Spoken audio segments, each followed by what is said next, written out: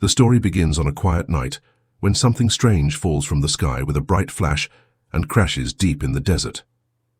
A hunter and his dog see the explosion from afar. The dog runs toward the light, barking loudly, but soon comes back scared. Suddenly, a loud, terrifying roar echoes through the night. The hunter quickly grabs his gun, while his frightened dog runs away. The next morning, a young girl named Renee says goodbye to her dead pet lizard. She burns it on the grill as her way of letting it go. Later, she asks her mom, Linda, to take her to the store so she can buy food for her snake. But Linda doesn't like Renee's creepy pets at all. During breakfast, Linda's boyfriend, Chase, joins them. Renee ignores him, and in anger, Chase yells at her. Before leaving, Renee scratches his van out of frustration. At school, Renee feels lonely. Other kids make fun of her, and only a quiet boy named Gil tries to talk to her during lunch, but she barely replies. After school, Renee gets upset when her mom comes home late and learns that Linda and Chase had another fight. Renee tells her mom to leave Chase because he's lazy and always drinking. But Linda says Chase needs her, and she likes feeling needed. Later that day, Renee feeds her strange pets and plays the banjo while talking to them. She feels her snake is her only real friend. At dinner, Chase angrily brings up the scratch on his van, but Linda stops him. Then he complains about a bad smell from the microwave. Renee explains she was heating a dead mouse for her snake. Disgusted and angry, Chase throws chips in her face. Renee feels completely broken and storms out of the house as her mom and Chase start shouting at each other again. Exhausted and upset, Renee rides her ATV into the desert to be alone. After a while, she notices an overturned truck in a deep pit nearby. Suddenly, she turns and sees a terrifying monster chained to the truck, roaring loudly. Panicked, Renee hides, then realizes the creature is trapped and struggling in pain. After a moment of hesitation, she bravely approaches and unlocks its chain. The creature screams and collapses in exhaustion as Renee jumps on her ATV and speeds away in fear. When she finally returns home, she sees her mum comforting Chase again. Furious and heartbroken, Renee decides not to go inside and stays outside alone. The next morning, Renee steps outside and sees several helicopters flying over the desert. She realizes they're searching for something, maybe that same creature she met last night. Worried it might be in danger, Renee decides she has to help it. She spends the morning thinking of what she'll need for her secret rescue mission. She borrows a video camera from her classmate Gil, trading it for her English homework. When she returns home, Linda and Chase are waiting for her. Chase, proudly, shows his 24-hour sober coin, saying he's trying to change. But Renee reminds him he was drinking just last night, so his 24 hours aren't even complete. He insists he's trying, and tells Renee she should also try to Benicia to her mum. After he leaves, Linda says Chase really wants to improve, but Renee drops his coin and says he hasn't even apologized yet. That night, Renee finalizes her plan to help the alien. She sticks a note on her bedroom door. Busy with homework. Don't disturb. Then she sneaks into Linda and Chase's room and steals Chase's truck keys. Inside the truck, she finds small vodka bottles and a gun, the last thing she needs for her mission. Renee rides back to the desert. At first, she can't find the creature, but through her binoculars she spots it lying deep inside the pit. She fires a test shot in the air, but the alien doesn't move. Thinking it might be dead, she sets up the camera and slowly walks closer to cut the net. Suddenly the alien leaps toward her like lightning, knocking her to the ground and covering her face with thick saliva. It sniffs her for a moment, then steps back. Renee finally gets a good look. It's truly an alien. Scared but curious, she tries talking to it and even offers an apple. The alien throws it away. Just then, the sound of helicopters fills the sky. Renee panics and tries to explain to the alien that those machines are dangerous for both of them. By evening, she returns home and suddenly remembers she left Chase's gun back in the desert. As she goes out, she sees Chase drinking again on the couch. He tells her not to tell Linda and asks about his missing keys, but Renee pretends she knows nothing. As she steps outside, something rustles in the bushes, and she freezes.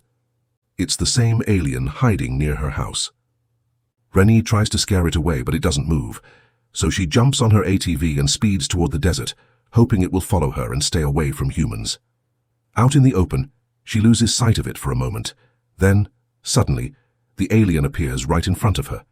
It opens its mouth, releasing golden waves of light that cover Renie's face. For a few seconds, her body floats in the air, and her eyes glow with a strange, powerful light. When Renie wakes up the next morning, it's already daylight, and the alien is peacefully sleeping beside her. She feels a strange connection, and hugs it tightly, deciding she will never leave it alone again. Renie brings the alien home and hides it in the basement. Meanwhile, out in the desert, helicopters and search teams are still looking for the mysterious object that fell from the sky. The next day, Renie pretends to go to school and calls her mom to make sure she's at work. As soon as Chase leaves the house, Renie sneaks into the basement and brings the alien inside. She tries to feed it, but it refuses to eat anything. So, she gives it a little house tour and introduces it to her other pets, but quickly stops when the alien tries to eat them. She decides to name it Croak.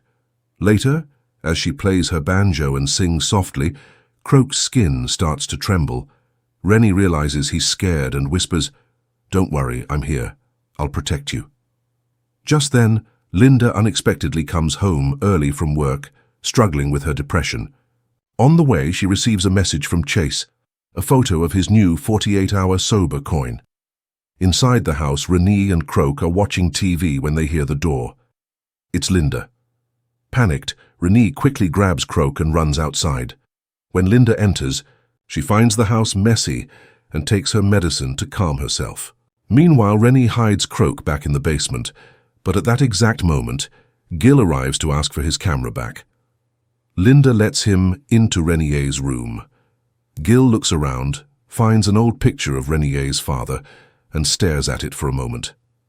He almost does something creepy, but stops himself, realizing it's wrong. Renie soon returns home after giving Croak water. Linda angrily asks why she skipped school, and Renie lies that she wasn't feeling well. When she goes to her room, she's shocked to see Gil watching her video, the one that clearly shows Croak.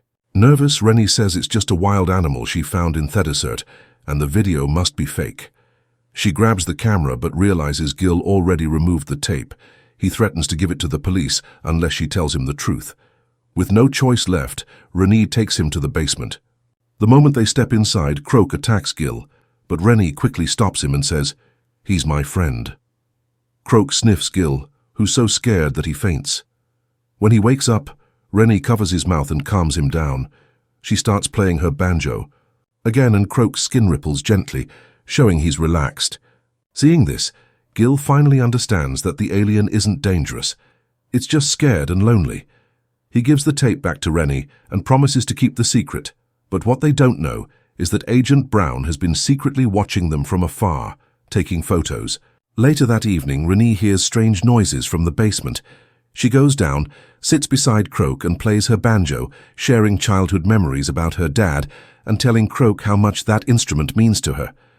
She tries to feed him again, but Croak still refuses to eat anything. During lunch at school, Gil comes up with a new idea. Maybe Croak doesn't like pet food. Maybe he wants to hunt on his own.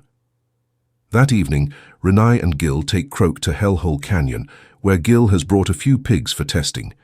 There, Croak finally shows his true power.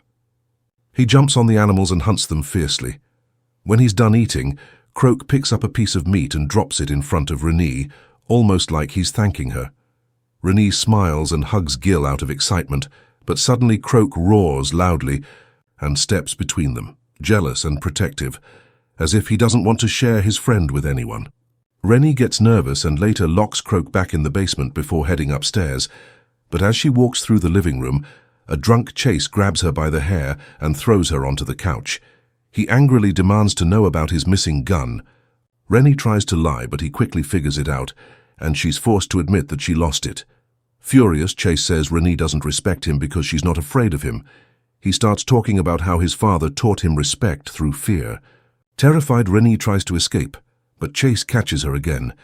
She bites his hand to break free, and in rage he slams her against the wall and begins choking her. Hearing her screams, Linda rushes in and pulls Chase off. Down in the basement, Croak hears the chaos and starts slamming the wall so hard that the entire house shakes. A few moments later, everything goes silent. Linda thinks it might have been an earthquake, but in anger she kicks Chase out and ends their relationship for good.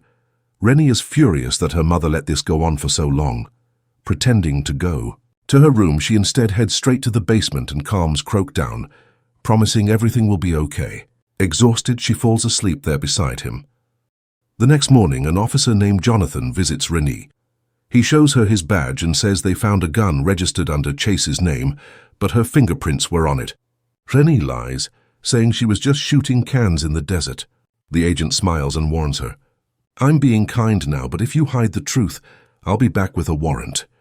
Later, Linda notices there's no running water at home and calls a plumber. When she leaves for work, the plumber goes down to the basement to inspect the pipes and comes face to face with Croak. Terrified, he attacks it with his tools. In defense, Croak lunges and bites him. The injured plumber runs out, jumps into his van and speeds away.